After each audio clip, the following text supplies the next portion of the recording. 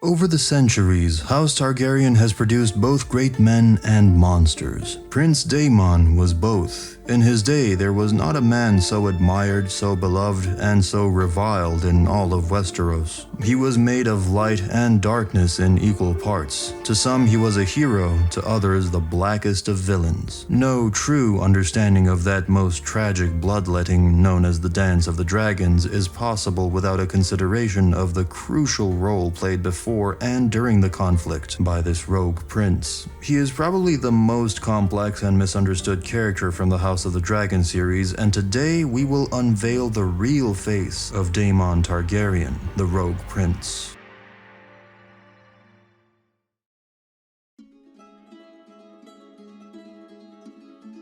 Daemon was born as the second son of Prince Baelon Targaryen and his sister wife Princess Alyssa Targaryen in 81 AC during the reign of his grandfather King Jaehaerys I Targaryen. He had one older brother Viserys, as well as one younger brother Aegon, who died in infancy. Daemon was free-spirited and adventurous in his youth. Daemon was knighted at 16, and at some point King Jaehaerys I Targaryen gave him Dark Sister. To fully understand the childhood of Daemon Targaryen, we must first understand the situation he and his brother Viserys grew up in. The seeds of war are often planted during times of peace. So has it been in Westeros. The bloody struggle for the Iron Throne, known as the Dance of the Dragons, fought from 129 to 131 AC, had its roots half a century earlier during the longest and most peaceful reign that any of the Conqueror's descendants ever enjoyed, that of King Jaehaerys I Targaryen, the Conciliator. However, things went sour when heir to the throne, Aemond was slain on Tarth by a Myrish crossbow bolt loosed at the man beside him. The king and queen mourned his loss, and the realm with them, but no man was more bereft than Prince Baelon, who went at once to Tarth and avenged his brother by driving the mermen into the sea. On his return to King's Landing, Baelon was hailed as a hero by cheering throngs and embraced by his father, the king, who named him Prince of Dragonstone and heir to the Iron Throne.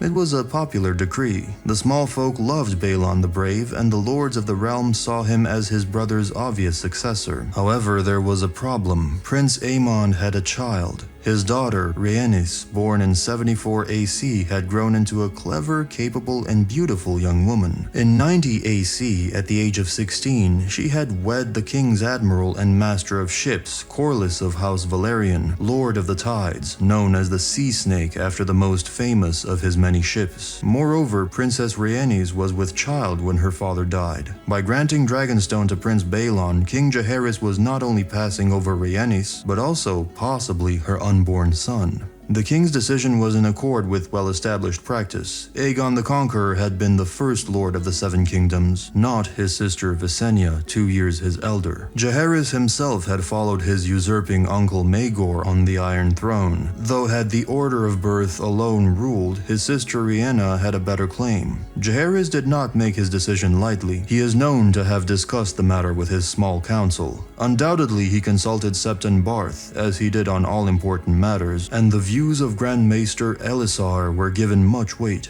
All were in accord. Baelon, a seasoned knight of 35, was better suited for rule than the 18-year-old Princess Rhaenys, or her unborn babe. In the year 103 AC, King Jaehaerys I Targaryen died in his bed as Lady Alicent was reading to him from Septon Barth's Unnatural History. His Grace was 69 years old and had reigned over the Seven Kingdoms, coming to the Iron Throne at the age of 14. In accordance with his own wishes, and the decision of the Great Council of 101, his grandson Viserys succeeded him.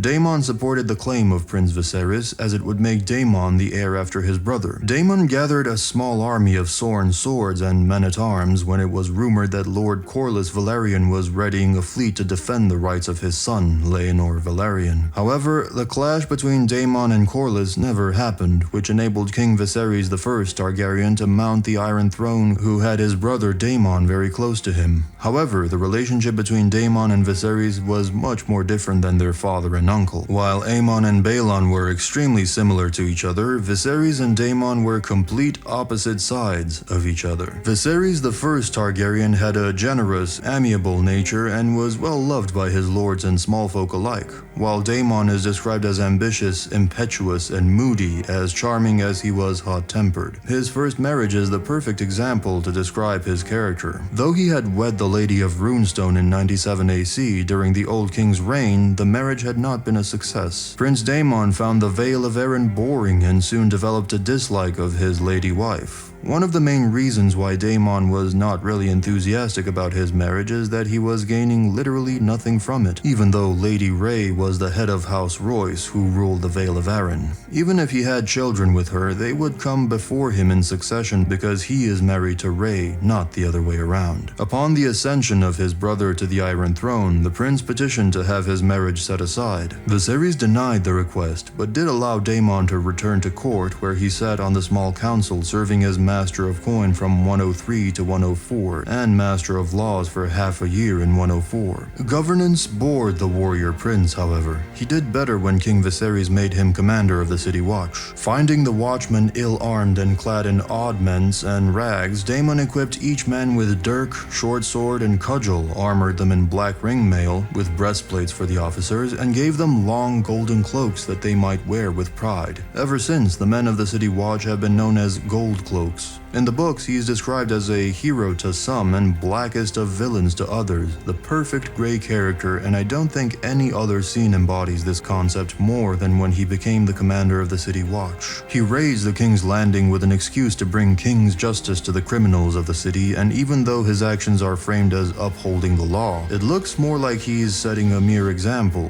Even though people who got punished during the raid are labeled as criminals, we do not really see if they were really guilty or not. Under normal situations, some of these people should at least get an option to go to the wall, but this clearly does not happen. We see people losing hands and even in some cases, heads. The truth about them being guilty or not is left ambiguous, and I think Daemon didn't really care about who was guilty or not. He was trying to set an example for the real criminals who would think twice about breaking the law after such a brutal display of justice. In this instance, we can see that Daemon believes the ends justify the means. He does not care of how dirty he has to get in order to achieve the desired result, which causes people to have different views on him. His work as the commander of the City Watch made the city more orderly, no man could doubt, but his discipline was a brutal one. He delighted in cutting off the hands of pickpockets, gelding rapists, and slitting the noses of thieves, and slew 3 men in street brawls during his first year as commander. Before long, the prince was well known in all the low places of King's Landing. He became a familiar sight in wine sinks, where he drank for free, and gambling pits where he always left with more coin than when he entered. Though he sampled countless whores in the city brothels, and was said to have a special fondness for deflowering maidens, a certain Lycenian dancing girl soon became his favorite. Mysaria was the name she went by, though her rivals and enemies called her Misery, the White Worm. As King Viserys had no living son, Daemon regarded himself as the rightful heir to the Iron Throne, and coveted the title Prince of Dragonstone, which his grace refused to grant him, but by the end of year 105 AC, he was known to his friends as the Prince of the City and to the small folk as Lord Fleabottom. Though the king did not wish Daemon to succeed him, he remained fond of his younger brother and was quick to forgive his many offenses. Princess Rhaenyra was also enamored of her uncle, for Daemon was ever attentive to her. Whenever he crossed the narrow sea upon his dragon, he brought her some exotic gift on his return. The king had grown soft and plump over the years. Viserys never claimed another dragon after Balerion's death, nor did he have much taste for the joust, the hunt, the swordplay, whereas Prince Daemon excelled in these spheres, and seemed all that his brother was not. Lean and hard, a renowned warrior, dashing, daring, more than a little dangerous. Sir Otto Hightower, the king's hand, took a great dislike to the king's brother. It was Sir Otto who convinced Viserys to remove Prince Daemon as Master of Coin, and then as Master of Law's actions the hand soon came to regret. As commander of the City Watch with 2,000 men under his command, Daemon waxed more powerful than ever. On no account can Prince Daemon be allowed to ascend to the Iron Throne, the hand wrote his brother, Lord of Old Town. He would be a second Maegor the Cruel, or worse. It was Sir Otto's wish, then, that Princess Rhaenyra succeeded her father. Better the realm's delight than Lord Fleabottom, he wrote. Nor was he alone in his opinion. Yet his party faced a formidable hurdle. If the precedent set by the Great Council of 101 was followed, a male claimant must prevail over a female one. In the absence of a true-born son, the king's brother would come before the king's daughter, as Baelon had come before Rhaenys in 92 AC. As for the king's own views, all the chronicles agree that King Viserys hated dissension. Though far from blind to his brother's flaws, he cherished his memories of the free-spirited, adventurous boy that Daemon had been. His daughter was his life's great joy, he often said, but a brother is a brother. Time and time again he strove to make peace between Prince Daemon and Sir Otto, but the enmity between the two men roiled endlessly beneath the false smiles that they wore at court. When pressed on the matter, King Viserys would only say that he was certain his queen would soon present him with a son, and in 105 AC he announced to the court and small council that Queen Aemma was once again with child. However, the queen died whilst giving birth to that son that Viserys Targaryen had desired for so long. The boy, named Baelon after the king's father, survived her only by a day, leaving king and court bereft, save perhaps for Prince Daemon, who was observed in a brothel on the Street of Silk, making drunken japes with his high-born cronies about the heir for a day. When word of this got back to the king, legend says that it was the whore sitting in Daemon's lap who informed on him, but evidence suggests it was actually one of his drinking companions, a captain in the Gold Cloaks eager for advancement. Viserys became livid. His grace had finally had a surfeit of his ungrateful brother and his ambitions. However, we don't know if Daemon actually said it. There could be multiple possibilities here. Maybe someone else said it and Daemon took a fault, or maybe he did say it, but it was taken out of context. In the show, in that scene, Daemon also tells Viserys that he should be his hand, not Otto. He did not want that position to get power, but to get close to his brother because he feels alienated by Viserys. His brother's constant distance with him makes him feel like he's not good enough and that he has to constantly prove himself. He wants Viserys to recognize and acknowledge him, and instead he is constantly sent away and is told that he is unfit. Being the hand of the king and potential heir is not just a display of power, but also a bond that Daemon craves to have with his brother. Daemon is insecure not just in his place of succession, but more importantly as a brother. Viserys choosing Otto, a total stranger, over him, his closest kin, makes him hurt and unappreciated. Once his mourning for his wife and son had run its course, the king moved swiftly to resolve the long simmering issue of the succession. Disregarding the precedents set by King Jaehaerys in 92 and the Great Council in 101, Viserys declared his daughter, Rhaenyra, to be his rightful heir and named her Princess of Dragonstone. In a lavish ceremony at King's Landing, hundreds of lords did obeisance to the realm's delight as he sat at her father's feet at the base of the Iron Throne, swearing to honor and defend her right of succession. Prince Daemon was not amongst them, however. Furious at the king's decree, the prince quit King's Landing, resigning from the city watch. He went first to Dragonstone, taking his paramour Mysaria with him upon the back of his dragon Caraxes, the lean red beast the small folk called the Bloodworm. There he remained for half a year, during which time he got Mysaria with child. When he learned that his concubine was pregnant, Prince Daemon presented her with a dragon egg, but in this he again went too far and woke his brother's wrath. King Viserys commanded him to return the egg, send his whore away, and return to his lawful wife, or else be detained as a traitor. The prince obeyed, though with ill grace, dispatching Mysaria, eggless, back to Lys, whilst he himself flew to Runestone in the Vale and the unwelcome company of his wife. But Mysaria lost her child during a storm on the narrow sea. When word reached Prince Daemon, he spoke no syllable of grief, but his heart hardened against the king, his brother.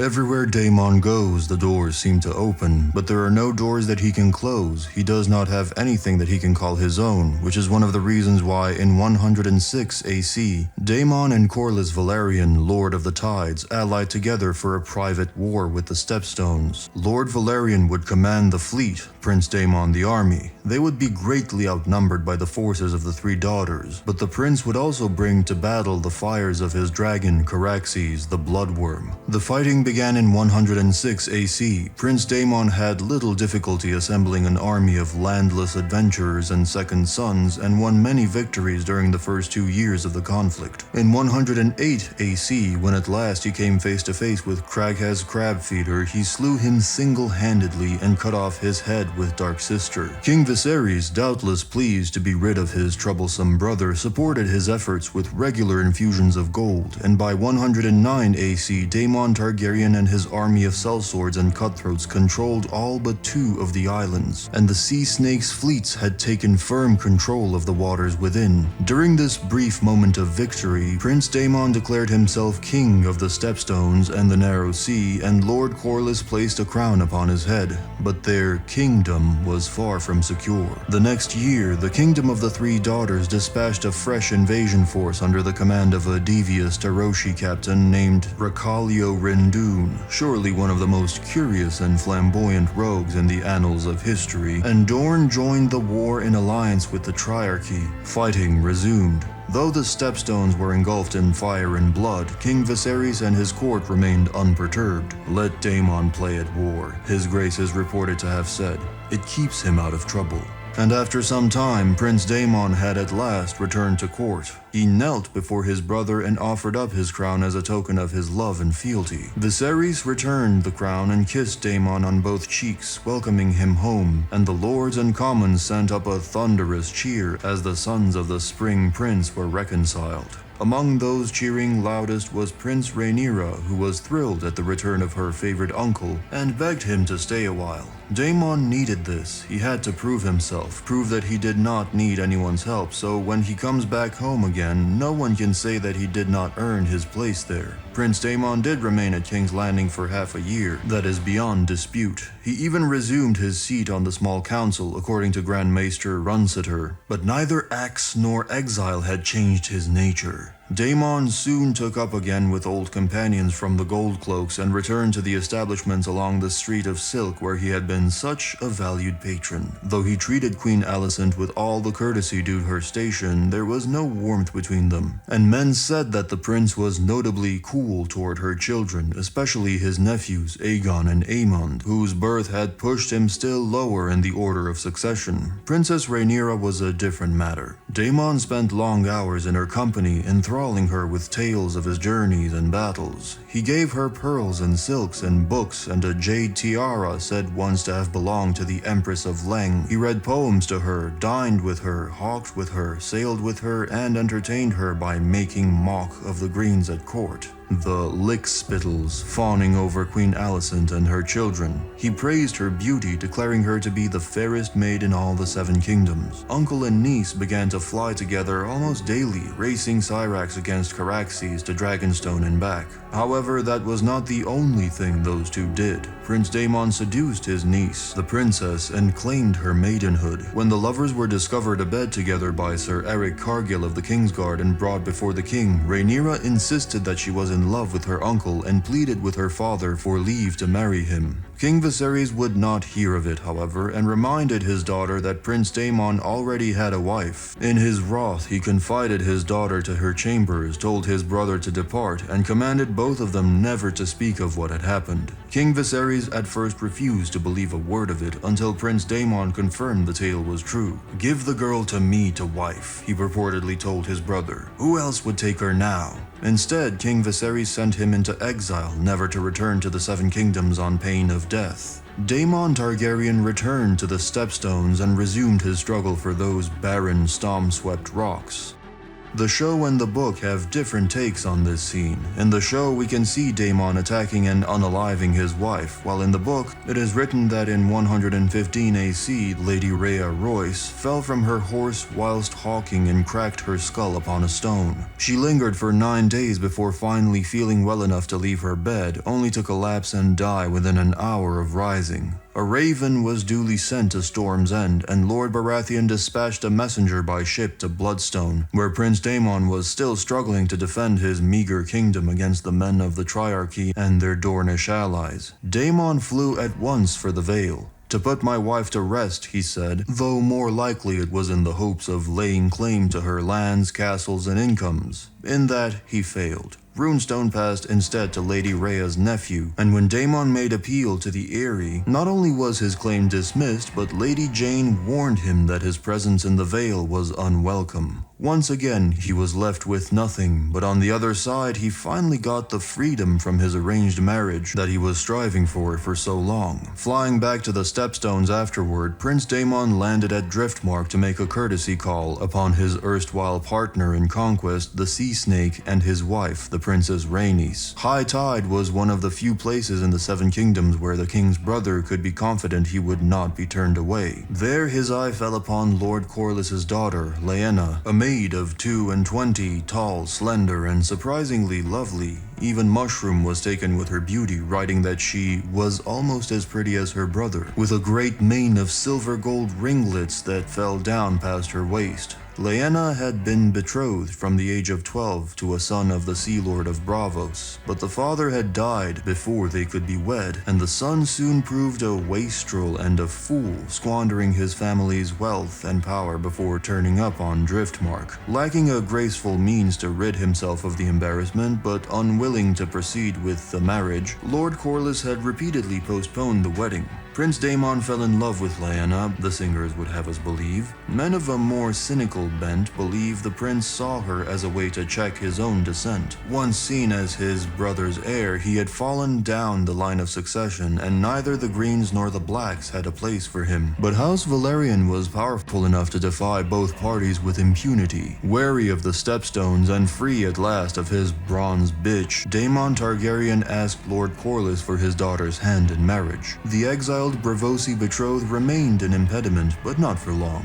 Daemon mocked him to his face so savagely the boy had no choice but to call him to defend his words with steel. Armed with Dark Sister, the prince made short work of his rival and wed Lady Lyanna Valerian a fortnight later, abandoning his hard-scrabble kingdom on the Stepstones. Prince Daemon knew that his brother would not be pleased when he heard of his marriage. Prudently, the prince and his new bride took themselves far from Westeros soon after their wedding, crossing the narrow sea on their dragons. Some said they flew to Valyria in defiance of the curse that hung over that smoking wasteland to search out the secrets of the dragon lords of the old freehold. Mushroom himself reports this as fact in his testimony, but we have abundant evidence that the truth was less romantic. Prince Daemon and Lady Lyanna flew first to Pentos, where they were feted by the city's prince. The Pentoshi feared the growing power of the Triarchy to the south and saw Daemon as a valuable ally against the three daughters. From there they crossed the disputed lands to Old Volantis, where they enjoyed a similar warm welcome. Then they flew up to Royne to visit Qohor and Norvos. In those cities far removed from the woes of Westeros and the power of the Triarchy, their welcome was less rapturous. Everywhere they went, however, huge crowds turned out for a glimpse of Vagar and Caraxes. The dragon riders were once again in Pentos when Lady Lyanna learned she was with child. Eschewing further flight, Prince Daemon and his wife settled in a manse outside the city walls as a guest of a Pentoshi magister until such time as the babe was born. In 116 AC, in the free city of Pentos, Lady Lyanna gave birth to twin daughters, Prince Daemon's first true-born children. Daemon named the girls Baela after his father and Rhaenys after her mother. The babes were small and sickly, alas, but both had fine features, silver white hair, and purple eyes. When they were half a year old and stronger, the girls and their mother sailed to Driftmark whilst Daemon flew ahead with both dragons. From High Tide, he sent a raven to his brother in King's Landing, informing his grace of the birth of his nieces and begging leave to present the girls at court to receive his royal blessing. Though his hand and small council argued heatedly against it, Viserys consented, for the king still loved the brother who had been the companion of his youth. Daemon is a father now, he told Grand Maester Melos. He will have changed.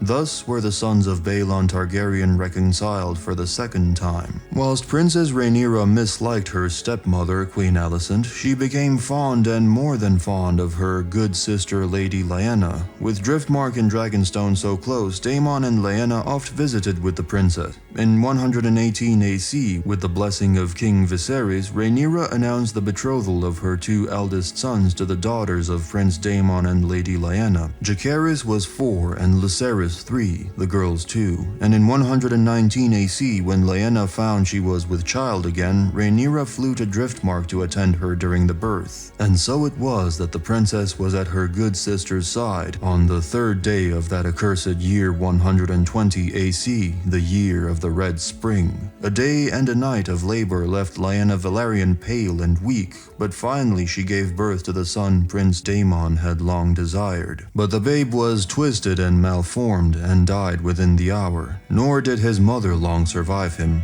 Her grueling labor had drained all of Lady Lyanna's strength, and grief weakened her still further, making her helpless before the onset of childbed fever. As her condition steadily worsened, despite the best efforts of Driftmark's young maester, Prince Daemon flew to Dragonstone and brought back Princess Rhaenyra's own maester, an older and more experienced man renowned for his skills as a healer. Sadly, Maester Gerardus came too late. After 3 days of delirium, Lady Lyanna passed from this mortal coil. She was but 27. During her final hour, it is said, Lady Lyanna rose from her bed, pushed away the septas praying over her, and made her way from her room, intent on reaching Vagar, that she might fly one last time before she died. Her strength failed her on the tower steps, however, and it was there that she collapsed and died. Her husband, Prince Daemon, carried her back to her bed. While it is evident in the books that Daemon really loved his wife, the show gives us a better view on her death. During childbirth, Daemon is forced to make a similar choice as his brother, either choose a son or wife, but unlike his brother, he chose Lyanna. But despite that choice, Lyanna still died, and we see the side of Daemon that we almost never see, his grief and complex emotions that he always tries to press, but we can see how difficult these emotions are to him, since he has a very hard time expressing them, even to his children, as he just walks away as they cry.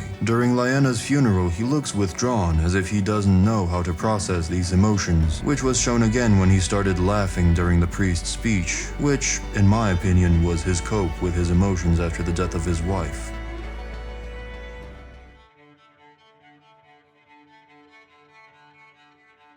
The death of Lord Strong made Viserys recall his former hand, Sir Otto Hightower. Yet hardly had Sir Otto arrived at the Red Keep to take up the handship, then word reached the court that Princess Rhaenyra had remarried, taking to husband her uncle, Daemon Targaryen. The princess was 23, the Prince Daemon 39. King, court, and commons were all outraged by the news. Neither Daemon's wife nor Rhaenyra's husband had been dead even half a year. To wed again so soon was an insult to their memories, His Grace declared angrily. The marriage had been performed on Dragonstone, suddenly and secretly. Septon Eustace claims that Rhaenyra knew her father would never approve of the match, so she wed in haste to make certain he could not prevent the marriage. And thus the dreadful year 120 AC ended as it had begun, with a woman laboring in childbirth. Princess Rhaenyra's pregnancy had a happier outcome than Lady Lyanna's had. As the year waned, she brought forth a small but robust son, a pale princeling with dark purple eyes and pale silvery hair. She named him Aegon.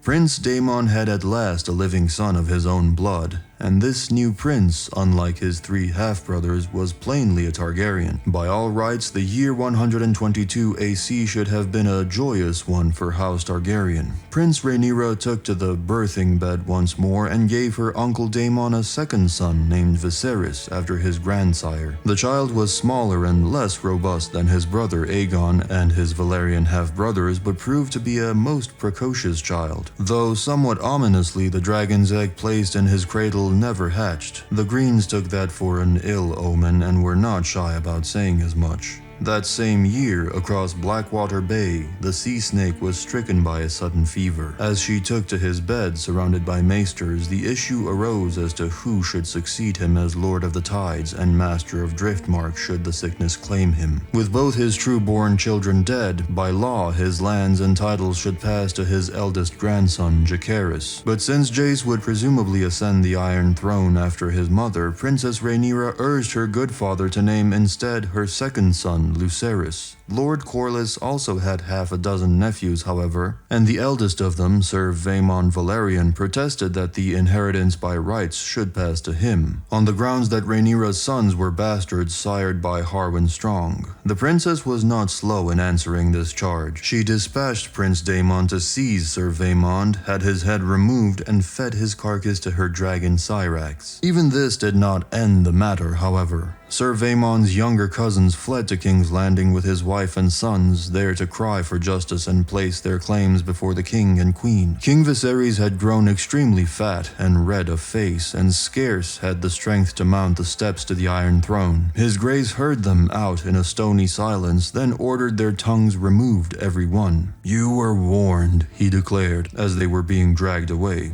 "I will hear no more of these lies." Yet, as he was descending, his grace stumbled and reached out to right himself and sliced his left hand open to the bone on a jagged blade protruding from the throne. It was not written in the books, but in the show we can see Daemon once again showing part of himself that he is trying to press. No matter what Daemon did to his brother, he hated seeing him like this and wanted to make sure he was alright. Daemon doesn't really even physically help Viserys. He lightly puts his hand on the back and says, "Come on." He knows his brother needs to be able to ascend this throne by himself, and he also knows his brother has the strength in him to do it. Daemon has a lot of flaws, but he honestly was the hand Viserys needed.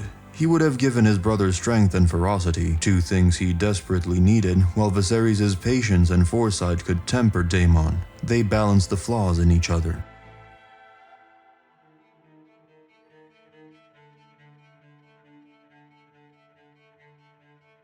After the death of Viserys, the Dance of the Dragons officially began. The dance split the Seven Kingdoms in two, as lords, knights, and small folk declared for one side or the other and took up arms against one another. Even House Targaryen itself was divided, when the kith, kin, and children of each of the claimants became embroiled in the fighting. The dance was a war unlike any other ever fought in the long history of the Seven Kingdoms. Though armies marched and met in savage battle, much of the slaughter took place on water and especially in the air, as dragon fought dragon with tooth and claw and flame. It was a war marked by stealth, murder, and betrayal as well. A war fought in shadows and stairwells, council chambers, and castle yards with knives and lies and poison. Even though blacks had more lords behind them, Sir Otto reminded the Greens that Rhaenyra's husband was none other than Prince Daemon, and we all know that one's nature. Make no mistake, should Rhaenyra ever sit the Iron Throne, it will be Lord Fleabottom who rules us.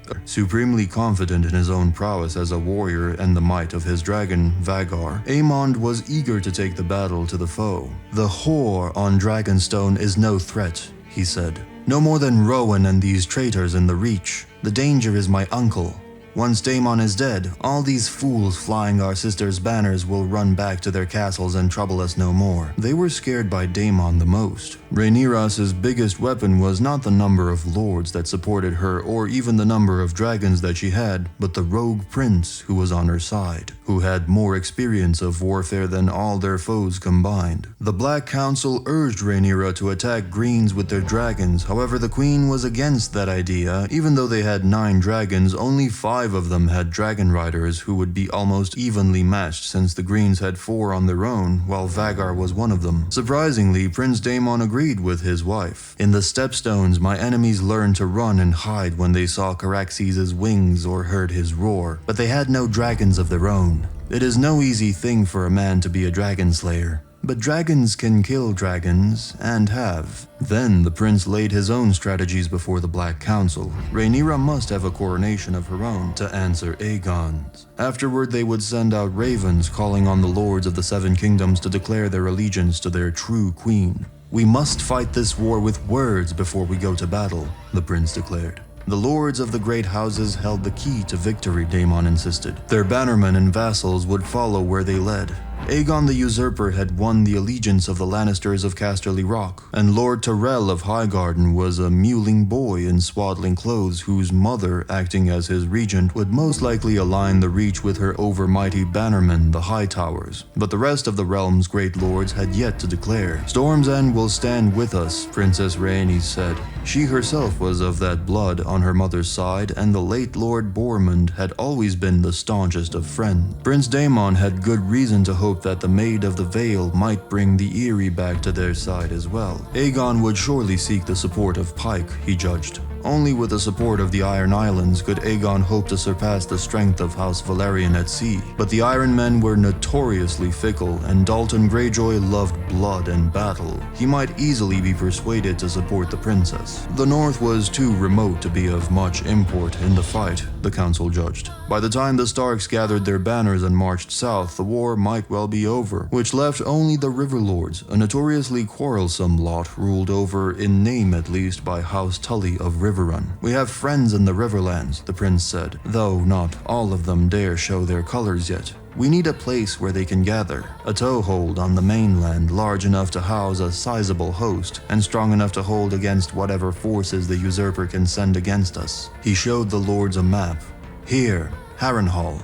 And so it was decided. Prince Daemon would lead the assault on Harrenhal riding Caraxes. Princess Rhaenyra would remain on Dragonstone until she had recovered her strength. The Valyrian fleet would close off the Gullet, sallying forth from Dragonstone and Driftmark to block all shipping entering or leaving Blackwater Bay. We do not have the strength to take King's Landing by storm, Prince Daemon said. No more than our foes could hope to capture Dragonstone, but Aegon is a green boy, and green boys are easily provoked. Mayhaps we can goad him into a rash attack. The Sea Snake would command the fleet, whilst Princess Rhaenys flew overhead to keep their foes from attacking their ships with dragons. Meanwhile, ravens would go forth to Riverrun, the Eyrie, Pike, and Storm's End to gain the allegiance of their lords. A hasty coronation was held the next day. The arrival of Sir Stephen Darklyn, late of Aegon's Kingsguard, was an occasion of much joy on Dragonstone, especially when it was learned that he and his fellow loyalists, turncoats, had brought the stolen crown of King Jaehaerys the Conciliator. 300 sets of eyes looked on as Prince Daemon Targaryen placed the old king's crown on the head of his wife, proclaiming her Rhaenyra of House Targaryen, first of her name, Queen of the Andals, the Rhoynar, and the First Men. The prince claimed for himself the title Protector of the Realm, and Rhaenyra named her eldest son Jaehaerys, the Prince of Dragonstone and heir to the Iron Throne.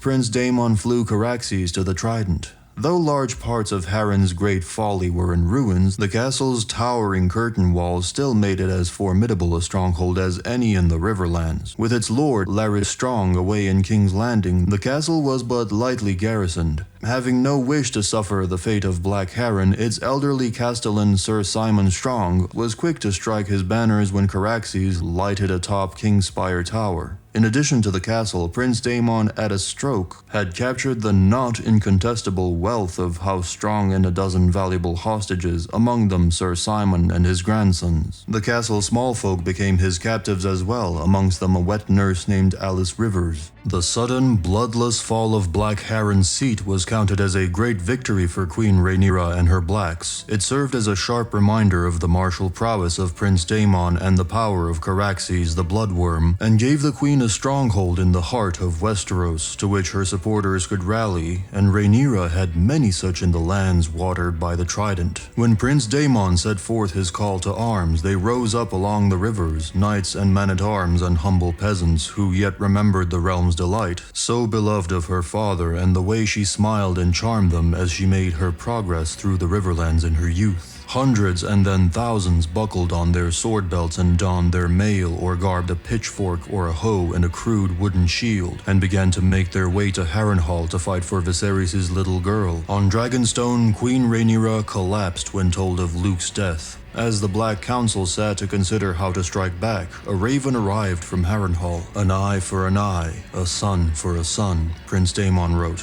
Lucerys shall be avenged. Let it not be forgotten, in his youth, Daemon Targaryen had been the prince of the city, his face and laugh familiar to every cutpurse, whore, and gambler in Fleabottom. The prince still had friends in the low places of King's Landing and followers amidst the gold cloaks. Unbeknownst to Queen Aegon, the Hand, or the Queen Dowager, he had allies at court as well, even on the Green Council, and one other go-between, a special friend he trusted utterly, who knew the wine sinks and rat pits that festered in the shadow of the Red Keep, as well as Daemon himself once had, and moved easily through the shadows of the city. To this pale stranger he reached out now by secret ways to set a terrible vengeance in motion. Amidst the stews of Flea Bottom, Prince Daemon's go-between found suitable instruments. One had been a sergeant in the city watch. Big and brutal, he had lost his gold cloak for beating a whore to death whilst in a drunken rage. The other was a rat catcher in the Red Keep. Their true names are lost to history. They are remembered, would that they were not, as Blood and Cheese. Though Blood and Cheese had spared her life, Queen Helena cannot be said to have survived that fateful dusk. Afterward she would not eat, nor bathe, nor leave her chambers, and she could no longer stand to look upon her son Maelor, knowing that she had named him to die. Aegon and his wife slept separately thereafter, and Queen Helena sank deeper and deeper into madness, whilst the king raged and drank and raged.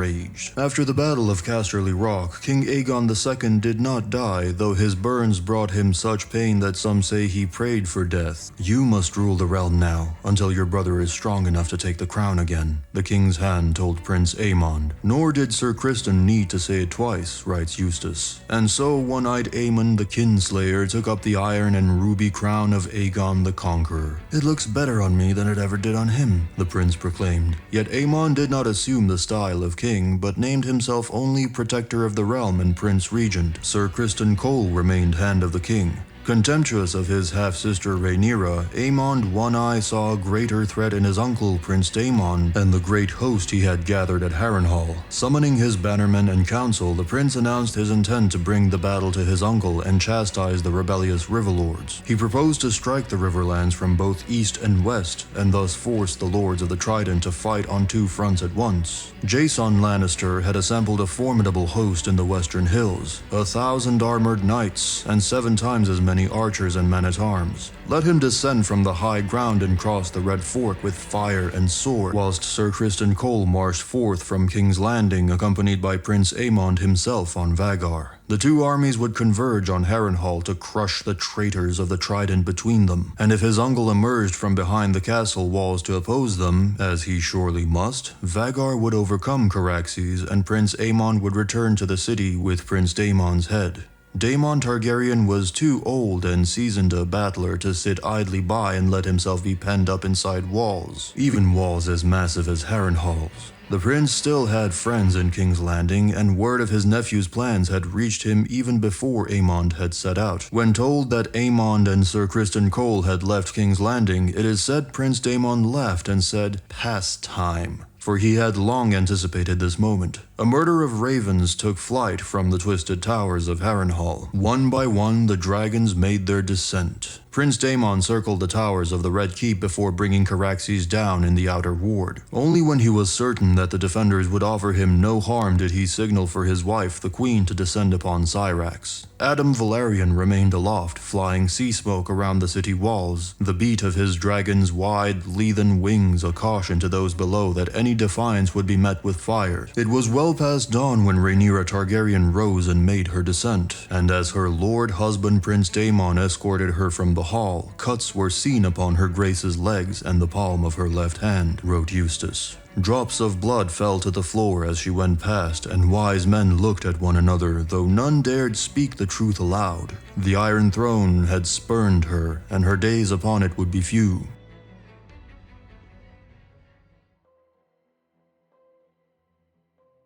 Prince Daemon himself would take Caraxes to the Trident, together with the girl Nettles and Sheepstealer, to find Prince Aemond and Vhagar and put an end to them. 160 leagues to the north, other dragons soared above the Trident, where Prince Daemon Targaryen and the small brown girl called Nettles were hunting Aemond One-Eye without success. They had based themselves at Maidenpool, at the invitation of Lord Manfred Mooten, who lived in terror of Vhagar descending on his town. Instead, Prince Aemond stuck at Stonyhead, in the foothills of the Mountains of the Moon, at Sweet Willow on the Green Fork, and Sally Dance on the Red Fork. He reduced Bowshot Bridge to embers, burned Old Ferry and Crone's Mill, destroyed the mother house at Bechester, always vanishing back into the sky before the hunters could arrive. Vagar never lingered, nor did the survivors oft agree on which way the dragon had flown. Each dawn, Caraxes and Sheepstealer flew from Maidenpool, climbing high above the riverlands in ever-widening circles in hopes of espying Vagar below, only to return defeated at dusk. The Chronicles of Maidenpool tell us Lord Mooten made so bold as to suggest that the dragon riders divide their search so as to cover twice the ground. Prince Daemon refused. Vagar was the last of the 3 dragons that had come to Westeros with Aegon the Conqueror and his sisters, he reminded his lordship. Though slower than she had been a century before, she had grown high as large as the Black Dread of old. Her fires burned hot enough to melt stone, and neither Caraxes nor Sheepstealer could match her ferocity. Only together could they hope to withstand her. And so he kept the girl Nettles by his side day and night in sky and castle. Yet was fear of Vagar the only reason Prince Daemon kept Nettles close to him? Mushroom would have us believe it was not. By the dwarf's account, Daemon Targaryen had come to love the small brown bastard girl and had taken her into his bed. All we know is that the maester, a young man of 22, found Prince Daemon and the girl Nettles at their supper that night and showed them the queen's letter. Weary after a long day of fruitless flight, they were sharing a simple meal of boiled beef and beets when I entered, talking softly with each other of what I cannot say. The prince greeted me politely, but as he read I saw the joy go from his eyes, and a sadness descended upon him like a weight too heavy to be borne. When the girl asked what was in the letter, he said, "A queen's words, a whore's work." Then he drew his sword and asked if Lord Mooten's men were waiting outside to take them captive. "I came alone," I told him, then forswore myself, declaring falsely that neither his lordship nor any other man of Maidenpool knew what was written on the parchment. "Forgive me, my prince," I said. "I have broken my maester's vows." Prince Daemon sheathed his sword, saying, "You are a bad maester, but a good man," after which he bade me leave them, commanding me to speak no word of this to lord nor love until the morrow. How the prince and his bastard girl spent their last night beneath Lord Mooten's roof is not recorded, but as dawn broke they appeared together in the yard, and Prince Daemon helped Nettles saddle Sheepstealer one last time. High above the town, Nettles turned her dragon toward the Bay of Crabs and vanished in the morning mists, never to be seen again at court or castle. Daemon Targaryen returned to the castle just long enough to break his fast with Lord Mooten. "This is the last that you will see of me," he told his lordship. "I thank you for your hospitality. Let it be known through all your lands that I fly for Harrenhal. If my nephew Aemond dares face me, he shall find me there alone." Thus Prince Daemon departed Maidenpool for the last time. No banners flew above the blackened towers and ruined keeps of Harrenhal when Prince Daemon descended from the sky to claim the castle for his own. A few squatters had found shelter in the castle's deep vaults and under cellars, but the sound of Caraxes' wings sent them fleeing. When the last of them was gone, Daemon Targaryen walked the cavernous halls of Harren's seat alone with no companion but his dragon. Each night at dusk he slashed the heart tree in the godswood to mark the passing of another day. 13 marks can be seen upon the weirwood still, old wounds deep and dark, yet the lords who have ruled Harrenhal since Daemon's day say they bleed afresh every spring. On the 14th day of the prince's vigil, a shadow crept over the castle, blacker than any passing cloud. All the birds in the godswood took to the air in fright, and a hot wind whipped the fallen leaves across the yard. Vagar had come at last, and on her back rode the one-eyed prince Aemond Targaryen, clad in night-black armor chased with gold. He had not come alone. Alice Rivers flew with him. The prince helped his woman down from Vagar's back, then turned to face his uncle. "Nuncle, I hear you have been seeking us." "Only you," Daemon replied. "Who told you where to find me?" "Milady," Aemond answered. "She saw you in a storm cloud, in a mountain pool at dusk, in the fire we lit to cook our suppers." "She sees much and more, my Alice. You were a fool to come alone." "Were I not alone, you would not have come," said Daemon. "Yet you are, and here I am. You have lived too long, nuncle." "On that much we agree," Daemon replied. Then the old prince bade Caraxes behind his neck and climbed stiffly onto his back whilst the young prince kissed his woman and vaulted lightly onto Vagar, taking care to fasten the 4 short chains between belt and saddle. Daemon left his own chains dangling. Caraxes hissed again, filling the air with flame, and Vagar answered with a roar as one of the two dragons leapt into the sky. Prince Daemon took Caraxes up swiftly, lashing him with a steel-tipped whip until they disappeared into a bank of clouds. Vagar, older and much larger, was also slower, made ponderous by her very size, and descended more gradually in ever-widening circles that took her and her rider out over the waters in the God's Eye. The hour was late, the sun was close to setting, and the lake was calm, its surface glimmering like a sheet of beaten copper. Up and up they soared, searching for Caraxes as Alice Rivers watched from atop Kingspire Tower in Harrenhal below. Vagar, with a piercing shriek that was heard a dozen miles away, cloaked by the glare of the setting sun on Prince Aemond's blind side. The bloodworm slammed into the older dragon with terrible force. Their roars echoed across the God's Eye as the two grappled and tore at one another, dark against a blood-red sky. So bright did their flames burn that fisherfolk below feared the clouds themselves had caught fire. Locked together, the dragons tumbled toward the lake. The bloodworm's jaws closed about Vagar's neck, her black teeth sinking deep into the flesh of the larger dragon. Even as Vagar's claws raked her belly open and Vagar's own teeth ripped away a wing, Caraxes bit deeper, worrying at the wound as the lake rushed up below them with terrible speed. And it was then, the tales tell us, that Prince Daemon Targaryen swung a leg over his saddle and leapt from one dragon to the other. In his hand was Dark Sister, the sword of Queen Visenya. As Aemond One Eye looked up in terror, fumbling with chains that bound him to his saddle, Daemon ripped off his nephew's helm and drove the sword down into his blind eye, so hard the point came out the back of the young prince's throat. Half a heartbeat later, the dragons struck the lake, sending up a gout of water that was said to have been as tall as Kingspire Tower. Neither man nor dragon could have survived such an impact, the fisherfolk who saw it said. Nor did they.